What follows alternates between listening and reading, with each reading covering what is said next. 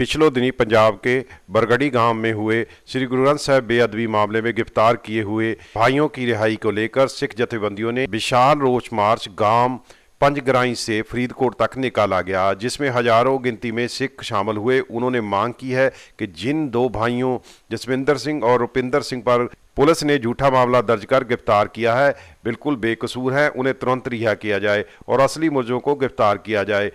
रोष मार्च में लोगों को जिला कचहरी में समक्ष शांतमयी धरना दिया और मांग की है डिप्टी कमिश्नर धरने पर आकर मांग पत्र स्वीकार करें। इस मांग को मानते हुए डिप्टी कमिश्नर MS जग्गी खुद धरने में पहुंचे और मांग पत्र लिए। उन्होंने भरोसा दिलाया कि वह उनकी मांग जरूर सरकार तक पहुंचाएंगे। इस वक्त सिख आगुओं ने कहा कि जो मामला इन सिखों पर दर्ज किया गया झूठा है और पुलिस की असली दोषियों को गिरफ्तार कर मामला दर्ज कर इन पर दर्ज झूठा मामला रद्द करना चाहिए। इस वक्त दोनों के बाप दर्शन सिंह ने कहा कि उनके बेटे सिख धर्म की पूरी इज्जत करते हैं, इसलिए वे ऐसा घिनौना काम नहीं कर सकते। पुलिस जानबूझकर इनको फंसाना चाहती है। प्रशासन तो भी सारी सिख संगत तो भी यही मांग करदा है ਜਿਹੜੇ असली दोषी है वो फड़े जान। मेरे बच्चे बेकसूर है क्योंकि पूर्ण गुरसिख है। ਅਸੀਂ ਤਾਂ गुरु ग्रंथ साहिब ਦੇ ਸਤਿਕਾਰ ਵਾਸਤੇ ਜਾਨ ਵੀ ਵਾਰਦੇ ਹਾਂ पर ईमान नहीं। रुपिंदर सिंह जसविंदर सिंह जो गिरफ्तार किए हुए ने दोष लाए जा रहे हैं भी वो ਜਿਹੜੇ दोष है वो सारी कहानी है ਜਿਹੜੀ ਉਹ ਸੰਗਤਾਂ ਨੂੰ ਹਜਮ नहीं हो रही, क्योंकि सरकार ਦੀਆਂ ਗੱਲਾਂ ਤੋਂ ਵੀ ਪਤਾ ਲੱਗਦਾ ਹੈ। ਕਿਉਂਕਿ ਉਹਦੇ ਵਿੱਚ ਆਇਆ ਸੀ ਵੀ ਸਰਕਾਰ ਨੇ ਕਿਹਾ ਵੀ ਪਿੰਡਾਂ ਦੀਆਂ ਪੰਚਾਇਤਾਂ ਦੇ ਸਾਹਮਣੇ ਉਹਨਾਂ ਨੇ ਆਪਣਾ ਦੋਸ਼ ਕਬੂਲ ਕਰ ਲਿਆ। ਉਹ ਕੱਲ ਜਿਸ ਵੇਲੇ ਪੰਚਾਇਤਾਂ ਨਾਲ ਗੱਲ ਕੀਤੀ ਤਾਂ ਕਿਸੇ ਪੰਚਾਇਤ ਨੂੰ ਨਹੀਂ ਬੁਲਾਇਆ। ਸਾਰੇ ਜਥੇਬੰਦੀਆਂ ਨੇ ਅੱਜ ਇਕੱਠੇ ਹੋ ਕੇ ਮੈਨੂੰ ਇਹ ਮੰਗ ਪੱਤਰ ਦਿੱਤਾ ਹੈ, ਜੋ ਉਹਨਾਂ ਨੇ ਕਿਹਾ ਕਿ ਇਹ ਮੰਗ ਪੱਤਰ ਮੁੱਖ ਮੰਤਰੀ ਜੀ ਪਾਸ ਪਹੁੰਚਾਉਣਾ ਹੈ। ਉਹਨਾਂ ਦੀ ਮੰਗ ਦੇ ਅਨੁਸਾਰ ਉਹਨਾਂ ਦਾ ਮੰਗ ਪੱਤਰ ਜਿਹੜਾ ਹੈ ਇਹ ਮੈਂ ਮਾਨਯੋਗ ਮੁੱਖ ਮੰਤਰੀ ਜੀ ਕੋਲ ਪਹੁੰਚਾ ਦਿਆਂਗਾ। ਸਰ ਮੰਗ ਪੱਤਰ ਜੀ ਕੀ ਮੰਗਿਆ ਗਿਆ?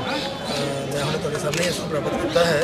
ਇਸ ਵਿੱਚ ਮੁੱਖ ਤੌਰ 'ਤੇ ਇਹਨਾਂ ਦਾ ਇਹ ਕਹਿਣਾ ਹੈ ਕਿ ਜਿਹੜੇ ਦੋ ਵਿਅਕਤੀ ਇਹਨਾਂ ਨੇ ਪੁਲਿਸ ਨੇ ਪਕੜੇ ਹੈ ਜਸਵਿੰਦਰ ਸਿੰਘ ਅਤੇ ਰੁਪਿੰਦਰ ਸਿੰਘ, ਉਹਨਾਂ ਦਾ ਇਹ ਕਹਿਣਾ ਹੈ ਕਿ ਇਹ ਦੋਸ਼ੀ नहीं ਹਨ। Sharanjit ACM news Faridkot. करनाल में बदमाशों को पुलिस व कानून का कोई खौफ नहीं रहा है। आए दिन कोई ना कोई वारदात कर बदमाश फरार हो जाते हैं। चर्चित जिम ट्रेनर की हत्या का मामला अभी सुलझा ही नहीं था कि आज करनाल के मेरठ रोड पर स्थित नगला फार्म गांव में जमाला नाम के युवक की हत्या कर दी गई। जमाला को उसके घर में घुसकर ही बीती देर रात 4 गोलियां मारकर आरोपी फरार हो गए। करनाल के गांव नगला में बीती रात 12 बजे उस वक्त हड़कंप मच गया जब दर्जन भर हथियारबंद बदमाश हाथों में हथियार लेकर जमाल सिंह के घर पर आए और उस पर घर में घुसकर ताबड़तोड़ गोलियां चला दी। बताया गया है कि जमाल को 4 गोलियां लगी, जिसके बाद जमाल सिंह की मौके पर ही मौत हो गई। मृतका की पत्नी ने बताया कि रात को दर्जन भर लोग उनके घर में आए और उसके पति के ऊपर गोलियां चला दी। 5 गोलियां चलाई, जिसके बाद उसकी मौत हो गई। बताया गया है कि जमाल की अपने ही गांव के कुछ लोगों से आपसी रंजिश चल रही थी। बीती रात भी उन लोगों ने उस पर गोली चलाई। इस घटना के बाद गांव में दहशत का माहौल है। सूचना मिलते ही पुलिस मौके पर पहुंची और मामले की जांच शुरू कर दी। पुलिस थाना सदर ने जमाला की हत्या के आरोपियों के खिलाफ हत्या का मामला दर्ज कर लिया है। फिलहाल आरोपी अभी फरार बताए जा रहे हैं। वहीं मिली जानकारी अनुसार जमाला के ऊपर भी पहले कई मामले दर्ज थे और गांव में ही इनके 2 गुटों में पुरानी रंजिश चली आ रही थी। इसमें जमाला नाम के व्यक्ति की हत्या हुई है, तो उस पर मुकदमा दर्ज कर दिया है, आगे तफ्तीश कर रहा है, कार्रवाई जारी है। कितने लोग थे सर, क्या मामला? FIR में जो बात सामने आई है, जो मुद्दे ने लिखा है, उसमें 6 लोगों के नाम दिए हैं और 2-3 अन्य के बारे में बताया है जिनके नाम उनको वो जानते नहीं थे, पहचानते नहीं थे। कौन कौन धाराओं में क्या मामला?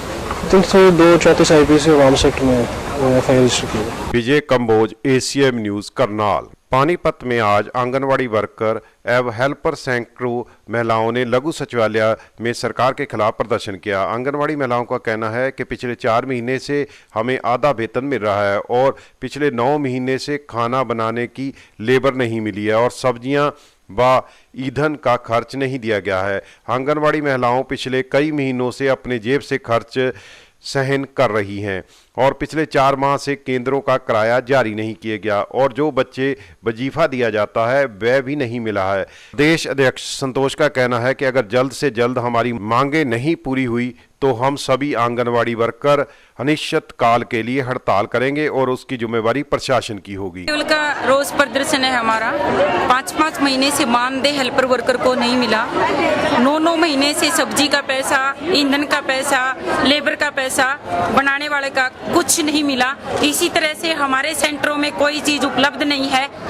जब से ये सरकार आई है तभी से हमारा टाइम पे कोई चीज नहीं मिल रहा है। तो हम आज अपनी लोकल दिक्कतें को लेके, हमारे सेंटरों में कोई चीज उपलब्ध नहीं है, उन चीजों को लेके हम रोज प्रदर्शन में आज आए हैं। और आने वाले टाइम में अगर ये जल्दी ही नहीं पूरा होता है तो आने वाले टाइम में हम अनिश्चित काल भी कर सकते हैं, बहुत बड़ा भी कर सकते हैं। Sumit Bhardwaj, ACM news, Panipat. हरियाणा प्रदेश कांग्रेस कमेटी अनुसूचित जाति विभाग द्वारा भगवान वाल्मीकि प्रकट दिवस मनाया गया। इस कार्यक्रम में बतौर मुख्य अतिथि प्रदेश कांग्रेस कमेटी के अध्यक्ष डॉक्टर अशोक तंवर पहुंचे। उन्होंने इस अवसर पर कहा कि भाजपा सरकार असफल सरकार है। अनुसूचित जातियों पर हो रहे अत्याचार व सरकार के नेताओं द्वारा गलत बयानबाजी सरकार की असफलता को दर्शाती है। हरियाणा प्रदेश कांग्रेस कमेटी अनुसूचित जाति विभाग द्वारा भगवान वाल्मीकि प्रकट दिवस के अवसर पर प्रदेश कांग्रेस कमेटी के अध्यक्ष डॉक्टर अशोक तंवर ने दीप प्रज्वलित कर कार्यक्रम का शुभारंभ किया। अशोक तंवर ने कहा, देश व प्रदेश इस समय बड़े ही कठिन दौर से गुजर रहा है। वाल्मीकि द्वारा बताए गए रास्तों पर चलकर ही देश तरक्की कर सकता है। हमने अपने सभी कार्यकर्ताओं से आग्रह किया है कि जहां भी दलित समाज पर अत्याचार हो वहां मिलकर एक टास्क फोर्स बनाएं ताकि इस प्रकार की घटनाओं पर अंकुश लग सके। उन्होंने कहा कि सरकार का पुलिस के ऊपर नियंत्रण नहीं है, यही कारण है कि मुख्यमंत्री ने पैतृक गांव व गोहाना जैसी घटनाएं घट रही हैं। सर, देखिए, मैं समझता हूँ कि एक बहुत ही कठिन दौर से समाज जा रहा है। एक पूरे समाज में और देश में उथल पुथल है, और ऐसे में भगवान वाल्मीकि का जो दिखाया हुआ हमें रास्ता है, शिक्षा है, ज्ञान है और उनके जो संस्कार हैं, उस पर चलते हुए ही मैं समझता हूँ कि आगे ये देश भी और प्रदेश भी तरक्की कर सकता है। साथियों से मैंने आग्रह भी किया है कि जहाँ दलित समाज पर अत्याचार हो वहाँ टास्क फोर्स बनाई जाए। Sumit Bhardwaj, ACM news, Panipat. वध के लिए जा रहे यूपी पशु तस्करों से 6 बैल हुए बरामद। पशु तस्कर हुए फरार। पुलिस व गोरक्षा समिति ने नकटी नदी के समीप नाका लगाकर पकड़ा। बैलों को सडोरा गौशाला में भेजा गया। सडोरा नकटी नदी के समीप पुलिस ने गौ तस्करों से यूपी ले जा रहे 6 बैलों को छुड़ा लिया। जानकारी देते हुए थाना प्रभारी निर्मल ने बताया कि सडोरा नदी पार से अवैध रूप से यूपी ले जाने के लिए पशु तस्करों की सूचना मुखबर से मिली थी, जिससे सडोरा गौ रक्षा समिति व पुलिस ने नाका लगाकर यूपी ले जा रहे गौ तस्करों को रोका। पुलिस के पास आते देख पशु तस्कर बैलों को छोड़कर फरार हो गए। गौ तस्कर नकटी नदी से पैदल होते हुए कच्चे रास्ते से यूपी की ओर ले जाने की फिराक में थे। को देखकर 9-11 हो गए गौ तस्कर। थाना प्रभारी ने बताया कि आरोपी पशु तस्करों को जल्द ही गिरफ्तार कर लिया जाएगा। फिलहाल पुलिस ने बैलों को अपने कब्जे में लेकर सडोरा की गौशाला में भिजवाने की बात कह रही है। देखना यह है कि अवैध रूप से गौ तस्करी करने वाले कितनी जल्द पुलिस की गिरफ्त में होते हैं, यह समा ही बताएगा। गौरक्षक दल की तरफ से सूचना मिली थी भी यहाँ पर रोजापी के जो कच्चा रास्ता है कुछ आदमी बैल लेके जा रहे हैं, तो वहाँ भी तो 6 बैल वहाँ से बरामद करे हैं जो आदमी को छोड़ के भागे। पशु तस्करों की तलाश जारी है। कहाँ यूपी ले जा रहे थे, कहाँ जा रहे थे? दोषियों की तलाश जारी है और यूपी के लिए वध के लिए जा रहे थे। Parveen Saini, ACM news, Sadora.